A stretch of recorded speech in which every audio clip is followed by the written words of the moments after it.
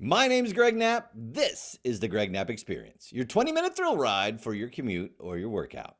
Well, Joe Biden lies and divides over voting rights. I fact-check him. We spent $100 billion in COVID relief money for extra hospital beds, and we got fewer beds. What? Yes. Emails show that the Education Secretary Cardona actually solicited that National School Board letter that compared protesting parents to terrorists. All that and a lot more coming up this edition of the Greg Knapp Experience. Let's go. All right, so I want to start with these remarks by President Biden yesterday, January 11th, on the so-called Voting Act, right? And he just is supposed to be the uniter, right? These guys are going to unite everybody. It's going to be just so nice after Trump is gone. And all he's done is divide us. And he's basically saying half the country wants Jim Crow laws.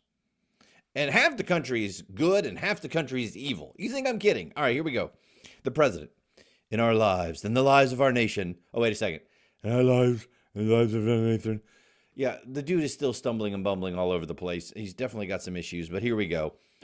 There are moments so stark that they divide all that came before and everything that followed. They stop time. In the words of Scripture, they remind us to hate evil, love good, and establish justice at the gate. So as you listened to him last night, hating evil means hating those evil Republicans. No, that's not what he said. Oh, that's definitely what he was implying. We'll get to it.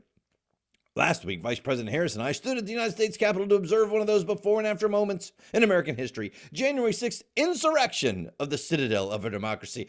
A dagger was literally held at the throat of American democracy. Okay, first of all, it was not an insurrection. We covered that last week. Look up the definition of insurrection. Legal insurrection. At most, it was a riot. Now, some people got violent. Some people even got violent with police officers, and they are being prosecuted, and they should be prosecuted, and it was wrong. Was it any worse than what happened across our nation for an entire summer of riots? Attacking police, police got killed, other individuals got killed. We had police cars on fire. We had federal buildings attacked. We had one police building where they barricaded the door and lit the building with people inside. But no, only this one was the bad one. It was not even close to overthrowing our government on January 6th.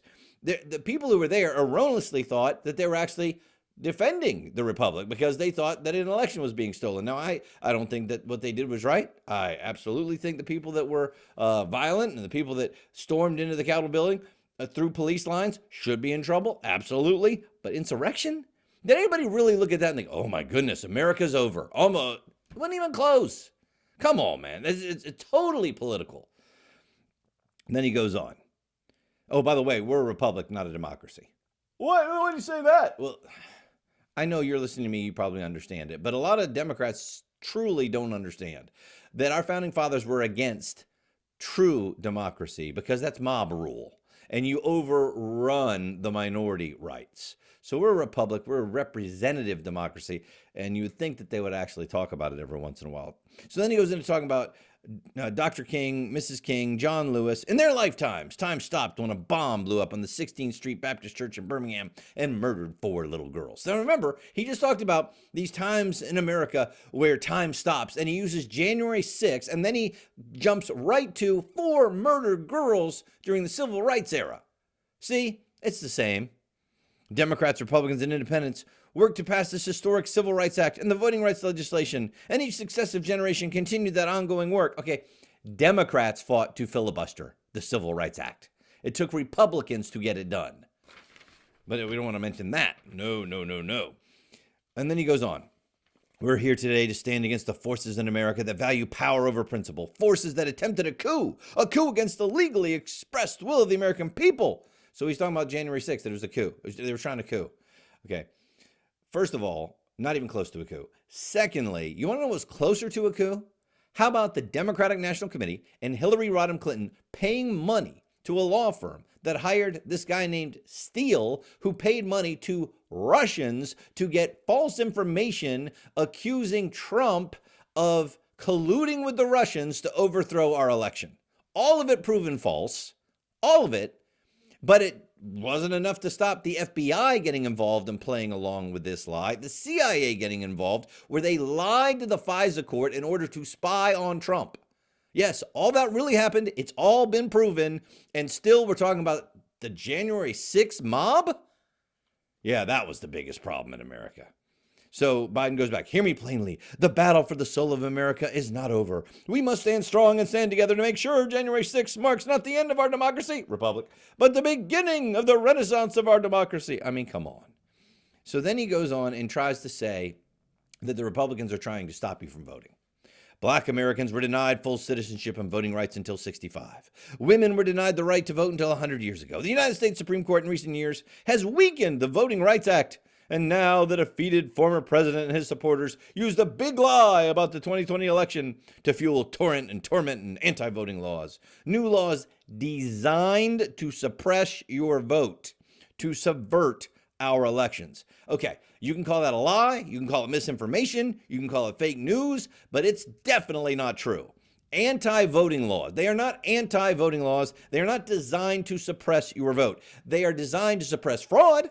And I know that you like it, Biden, because you think fraud helps the Democrats more than it helps the Republicans, but they are certainly not anti-voting laws. And we've got the proof of it for the Georgia one that I'll get to in just a minute. I think that should be definitely labeled as misinformation on Facebook and Twitter. So I think we're going to have to start our own fact checker. You've changed the state by bringing more people legally to the polls, he told the Georgians. And what's been the reaction of Republicans in Georgia? Choose the wrong way, the undemocratic way. To them, too many people voting in a democracy is a problem, so they are putting up obstacles. For example, voting by mail is a safe and convenient way to get more people to vote, so they're making it harder for you to vote by mail. We'll get to that. Dropping your ballots off to secure drop boxes, safe, convenient, more people to vote, so they're limiting the number of drop boxes and the hours you can use them. Don't worry, we'll get to that in a second. Taking away the options has a predictable effect. Longer lines at the polls, lines that can last for hours. You've seen it with your own eyes. People get tired and they get hungry. Of course, these are Democrat polling areas and they can simply open more voting booths and open more places to vote because it's, up to them. When the Bible teaches us to feed the hungry and give water to the thirsty, the new Georgia law actually makes it illegal. Think of this. I mean, it's 2020 and now 2022. You have to remember what year it was. Going into that election, it makes it illegal to bring your neighbors, your fellow voters, food or water while they wait in line to vote. What in the heck are we talking about? Ha ha ha, applause. That's just a flat out lie. That's a flat out lie. I mean, think about it. That's not America. That's what it looks like when they suppress the right to vote. And the Georgia Republican Party, the state legislature, has now given itself the power to make it easier for partisan actors, their cronies, to remove the local election officials. And it's not just here in Georgia, so he goes on and on. He calls it Jim Crow 2.0 again. Biden's telling the big lie about Republicans and anyone who supports them, half the country, that they're trying to stop you from voting, okay? So I'm going to tell you the difference between the myths that Biden just said and the facts in just a second. But before we do that, I want to ask you, if you're enjoying the show and you're part of the movement of pushing back against these lies and nonsense that the left is pitching and rallying around what makes America exceptional, would you please tell 3 friends to tell 3 friends to listen to the show, Greg Knapp Experience podcast, wherever you can find it. It's everywhere you can get podcasts. And to like me on Facebook, the Greg Knapp Experience Facebook page, to keep up with me. I'm also on Twitter, Parler, Gab, Rumble, YouTube. So please join in and be a part of that. So here's the difference between the myths and the facts. Heritage put this out a little while ago, okay? Well, the Georgia election law suppresses the votes. The bill preserves or even expands ballot access in many ways, okay? Large precincts with lines more than an hour long are now required to take steps like adding voting machines and election personnel to reduce wait times. Does that sound like they're trying to suppress the vote? It does not change the number of total early voting days. It actually increases the mandatory days. How about that? Especially the early weekend voting. Compared to 2020, 134 of 159 counties will offer more early voting hours in future elections. What about the drop boxes, Greg? Okay. It codifies the drop boxes. By the way, did you know they didn't have drop boxes in Georgia until 2020 for COVID? So it's never been there before. And now that they're codifying exactly how they use it, they're trying to suppress it. No. They're simply saying we're not going to keep them open all night long. like 3 a.m., where there is surveillance video of people stuffing multiple ballots in. But oh no, don't worry about that. That's suppressing the legal vote. But no, we're not going to talk about that. Man, this is getting me hot today because it is really it's really a dereliction of President Biden's duty to divide America like this and lie about a voting law. It is unbelievably divisive and wrong, and it's pissing me off. So, by the way, did you know that you can still vote in Georgia absentee with no excuse? Put it in your mailbox anytime, day or night you want to. With no excuse, absentee ballot. You know where you need an excuse to vote with an absentee ballot? Biden's home state, Delaware. Also, New York.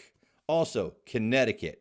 Boy, those Democrats are suppressing the vote there in Delaware, New York, and Connecticut. Well, how about the Georgia law eliminates voting on Sunday? Yeah, they're going after the black votes there. No. Georgia law has always been silent on Sunday early voting prior to this law in Georgia. But in 2020, only 16 of 159 counties offered early voting on Sundays. So the new law provides that option of holding early voting on 2 Sundays for all counties. So actually expanding it, not decreasing it. And it increases the mandatory days of early weekend voting across the state. Well, yeah, but what about those voter ID requirements? Okay, it requires a driver's license or free state ID. 97% of registered voters already have one. They tried to fight this in court, and they could not produce a single person who could not vote because they didn't have an ID. By the way, it's free if you don't have one. The voter ID requirement replaces the state's signature match program, and that led to the disqualification of thousands of votes in 2020. So by requiring the photo ID, you're actually going to have fewer votes suppressed. Myth 4, the bill eliminates drop boxes for absentee voting. Nope, as I said, they didn't exist a year ago. They were first used in 2020, the pandemic. All it does is make them an official part of the election. They'll be available in all 159 counties under supervision to prevent tampering. Well, it lets them throw out votes they don't agree with and get rid of these election officials. It's a bipartisan state election board that can do performance reviews of local election supervisors, but they have to have done bad things, malfeasance, they had long lines, unfulfilled absentee ballot requests. The board cannot overturn election results. It provides a process to review, assure officials are technically competent, complying with the laws, and it requires a high burden of proof over multiple elections to get rid of somebody, and you can only get rid of up to 4 election supervisors at any given time, so you can't just clean house. Does it sound like you're suppressing the vote? Myth 6, that Biden just talked about. This bill bans drinking water for voters waiting in line. Could you imagine that in America? No, it doesn't. It's like countless other states. Here's what it says. Third parties, partisan electioneering parties, cannot come up and give you food and water in line. However, the law specifically allows poll workers to make water available to anyone who wants it. And the law also cuts down wait times, meaning the refreshments for people waiting in line will be less necessary. So wrong, lie. We just told you the facts on it. And yet, will that be a fact check on Biden's speech? Will he be taken off of YouTube because of his? No, of course not. Of course not. So back to Biden's speech. He says, look, this matters to all of us. The goal of the former president and his allies is to disenfranchise anyone who votes against them. It's just a lie. Simple as that. The facts won't matter. Your vote won't matter. They'll just decide what they want and then do it. Holy projection, Batman. This is what the Democrats have been doing. He goes on, folks, it'll restore the strength of the Voting Rights Act of 65 if you pass one. There's 2 things he's looking to pass. And the one President Johnson signed after John Lewis was beaten, nearly killed on Bloody Sunday. Now remember, the Democrats filibustered that. Only to have the Supreme Court weaken it multiple times over the past decade. Okay, now the Voting Rights Act of 65, it did make it so that certain southern states could not change anything about their elections unless it was approved by the federal government because they had proven that they were racist. Okay, it didn't mean forever. So as states have shown that they are no longer using racism in their voting system, the Supreme Court has said, well, I don't see why the federal government has to keep overseeing these people. In other words, they got better. In fact, these southern states now have higher minority voting participation than a lot of northern states. 2020, Georgia black voter turnout was 64%. 2020, Massachusetts black voter turnout, 36%. But somehow Georgia is suppressing the vote. Then Biden hits the big one. Remember? He wants to get rid of the filibuster. In the Senate right now, you have to get 60 votes to actually vote on the bill, right? You can filibuster the bill. And that's been something that's been around for a very long time. Now, quite frankly, I don't like it. I think it should be a majority because it's not in the Constitution. It's just what they did. And I think it gets a little ridiculous that you could have, a small number of people stop what the House has already approved and what the people have approved. But that's me. And I've been consistent no matter who's in office. But, however, the Democrats have not. When the Republicans have been in office and they've said, we're thinking about getting rid of the filibuster because the Democrats are trying to obstruct it. But this is the nuclear option. How dare they? They're subverting democracy. Now when they do it, well, President Biden says we have to get rid of the filibuster in order to save democracy. Because state legislatures can pass anti-voting laws with simple majorities. If they can do that, the United States Senate should be able to protect voting rights by a simple majority.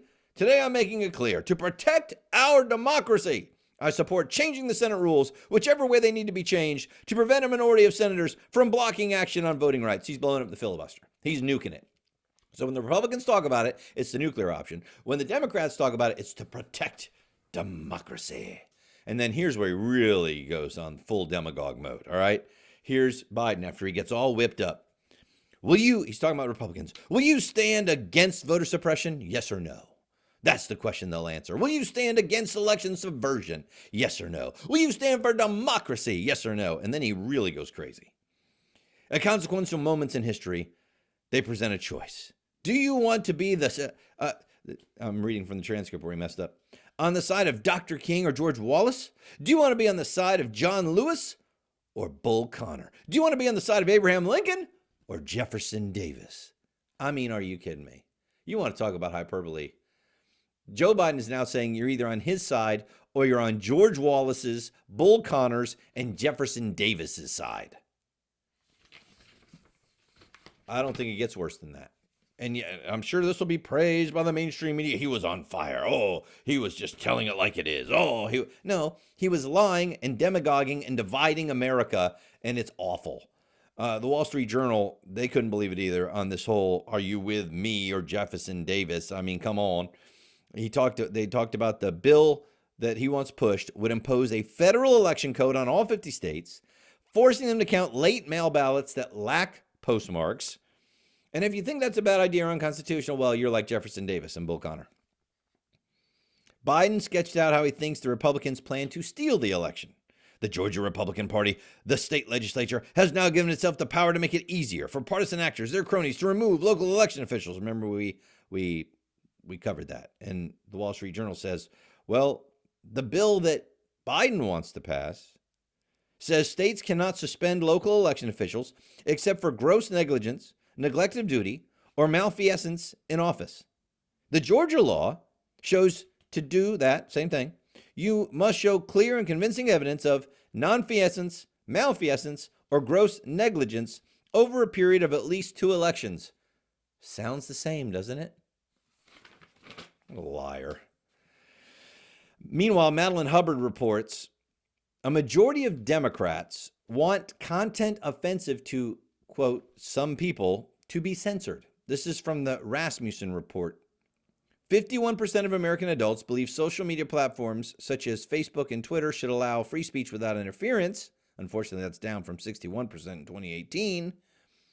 But now more people believe social media companies should regulate what is posted to make sure some people are not offended. A majority of Democrats said yes to that. That's really scary, isn't it? And I believe a majority of Democrats are saying that right now because right now, most of the censorship going on by big social media is censorship against conservatives. If it was the other way around, we might see a totally reversed poll. I would hope that you and I would be consistent that, hey, I may hate what you say, but I will fight to the death for your right to say it. I mean, that used to be a pretty universal American ideal. How about this? You want to talk about your money at work?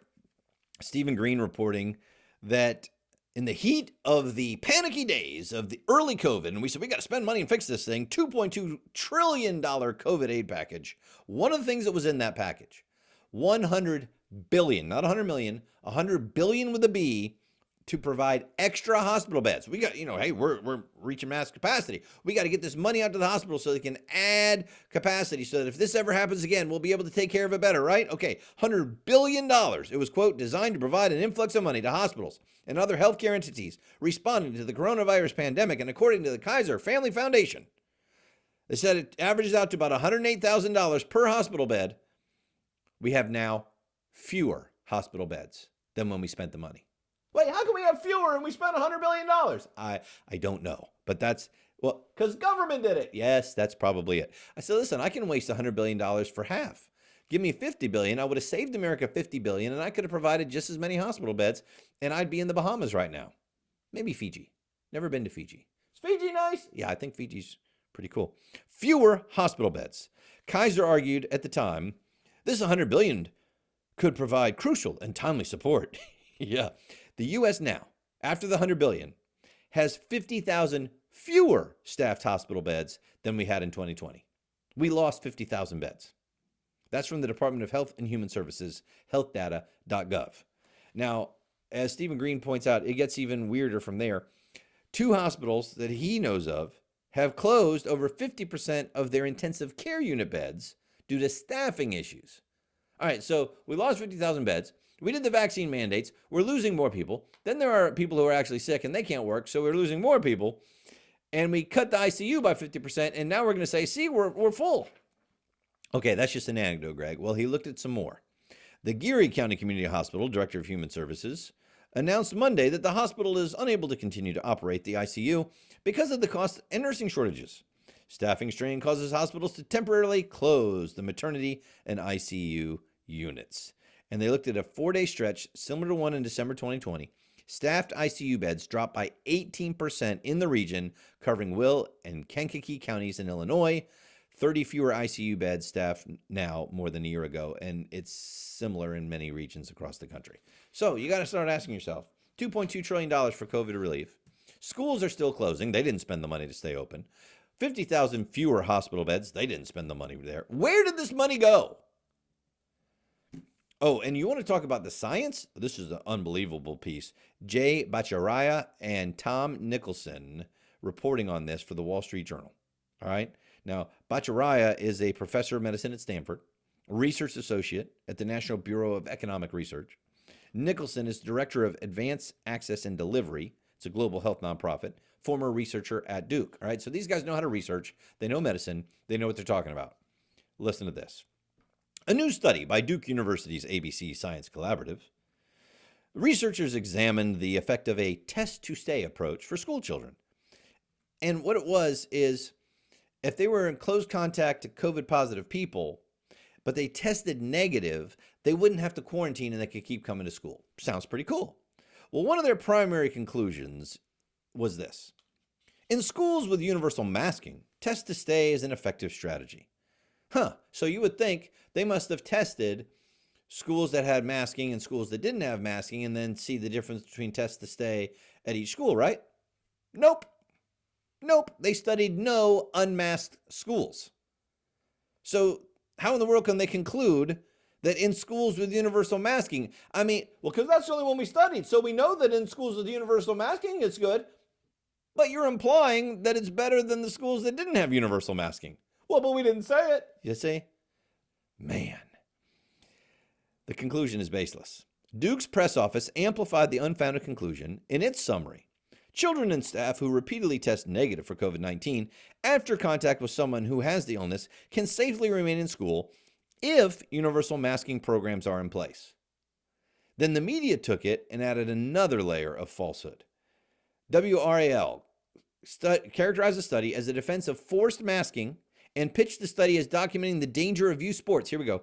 Athletics were the source of 50% of all COVID-19 school transmission found in this study. Holy cow. Can't let your kid play sports. 50% of the people getting it are playing sports.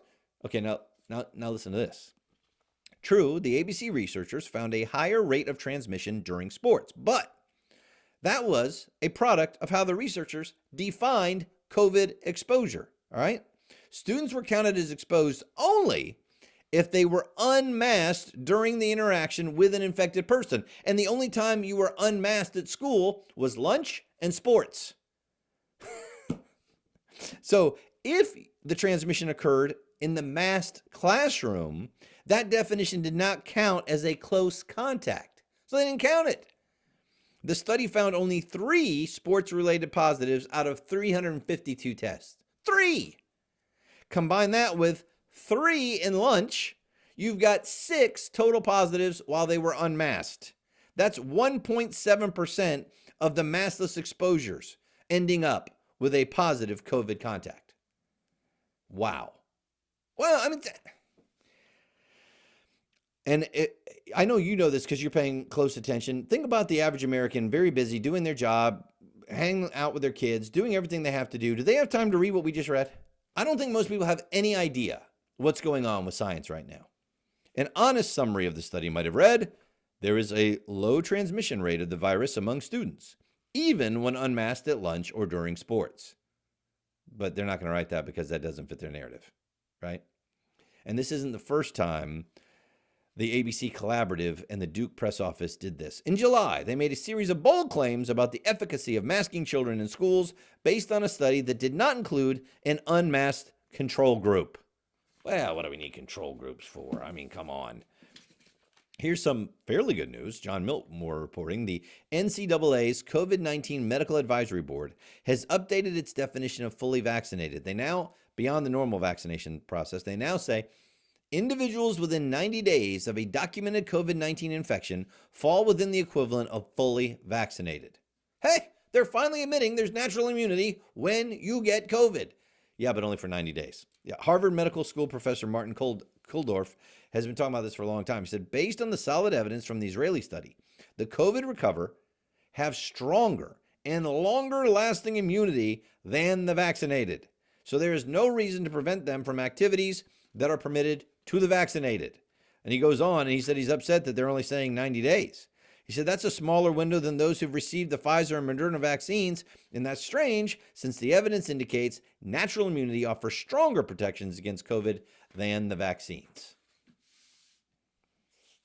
I think people are starting to wake up to this, don't you? That's why I'm saying please share the show. Please tell 3 friends to tell 3 friends. We got to get this information out there. I never bring you crazy conspiracy stuff. I'm bringing you stuff from Harvard doctors, from the Wall Street Journal, from Stanford doctors. We're not going to go down the line of iffy stuff because that just allows people to try and say you don't know what you're talking about. So here are the studies. Here's the stuff. Here's what they're doing wrong. Here's how they're twisting it. We got to get it out. Education Secretary Cardona. It's now come out through emails that he solicited that letter from the National School Board Association that compared protesting parents to domestic terrorists. Remember, first, we weren't working with them. We're just, and then of course it goes to the FBI, and we're going to have to look into this. But no, I mean, we didn't call parents terrorists. We're just looking into it. October 5 email, the National School Board Association Secretary Treasurer, Christy Sweat, recounted that the interim CEO, Chip Slavin, quote, told the officers he was writing a letter to provide information to the White House from a request by Secretary Cardona. Well, we requested it, but we didn't write it. We just request. It kind of goes to, this gaslighting that's been going on. Oh, no, we had nothing to do with that National School Board Association letter. Oh, no, they weren't comparing parents to terrorists. It's right in the letter. I just read it to you. Well, no, I mean, you misread it. You didn't understand it. And, we don't teach critical race theory in schools. That's nonsense. That's a big legal theory. You have to be in law school to understand that. Gaslighting you. And we've, Chris Rufo does a great job of just finding it all over the country where it's in K through 12. Well, John Sexton now found this one from the Daily Signal, where a high school lesson plan in California, apparently taught in La Quinta High School, warned students to check their privilege if they were white. Yes, and it came from the University of San Francisco. And the parents were able to get the slides and put them up. Becoming aware of privilege should not be viewed as a burden or source of guilt, but rather an opportunity to learn and be responsible so that we may work toward a more just and inclusive world. So check your privilege, and then it has little check boxes you can do. White, male, class, Christian, cisgender, able-bodied, heterosexual. You got to check your privilege. It's unearned access to social power based on membership in a dominant social group. Desert Sands Unified School District parent Celeste Filler posted the lesson plans in her Facebook group. In the Facebook group, informed parents of California after another parent made her aware of the ideological content. She said in her Facebook post that the materials were used in the 9th grade English class, noting students were told no cell phones allowed. I wonder why they don't want the cell phones in there. Yes, some of the postings in the classroom. If you're confident that police exist to protect you, you have white male privilege. And they talk about systems of power that are beliefs, practices, and cultural norms on which individual lives and institutions are built, rooted in social constructions of race and gender, embedded in history of colonization, slavery, migration, immigration, genocide, as well as present-day policies and practice. And these systems of power reinforce the structural barriers that are the root causes of inequality experienced by people of color. And then there's another slide about checking your privilege and that the opposite of privilege is oppression. It's the binary. You're either one or the other. And then it talks about how you can be an ally. And at the end, it says privilege, oppression, and allyship writing reflection. Write a reflection about your identities as they connect to privilege, oppression, and allyship. And we're now told that the Daily Signal heard from the school, and they said, well, the lessons are not in alignment with the district adopted curriculum. The teacher was operating outside her scope, and corrective action is underway. I'm sure corrective action is underway because, they don't teach critical race theory in your schools. My name's Greg Knapp. This is the Greg Knapp Experience.